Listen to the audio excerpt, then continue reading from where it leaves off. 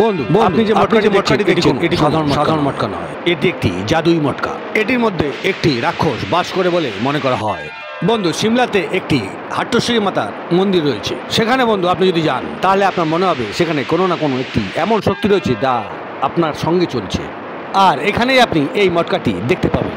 আর এই মটকাটি একটি মোটা চেন দিয়ে বাঁধা আছে, যার কারণেই মনে হয় চারু নামক রাক্ষসটি এখানে বিরাজমান।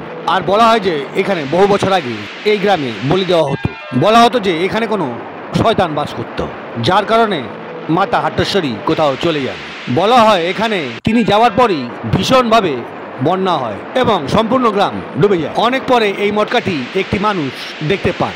যখন গ্রামেরই এক পুরোহিত এই মটকাটি দেখতে পান, তখন তিনি বুঝতে পারেন এই মটকাটির কারণেই গ্রামে বন্যা হয়েছে। ঠিক পরের দিন একজন মহিলা স্বপ্নে হাট্টেশ্বরী মাতার দর্শন পান এবং বলেন এই মটকাটির মধ্যে একটি রাক্ষস রয়েছে। তোমরা যদি এই মন্দিরে পশু বলি দেওয়া বন্ধ না করো তাহলে আমি ফিরে আসবো না। তখন সকল গ্রামবাসী মিলে মাতার কাছে ক্ষমা চান এবং এই মটকাটিকে মোটা শিকল দ্বারা বেঁধে দেন। আর এই মটকাটি যখন যখন নড়তে থাকে ঠিক তখন গ্রামে বন্যা হয়।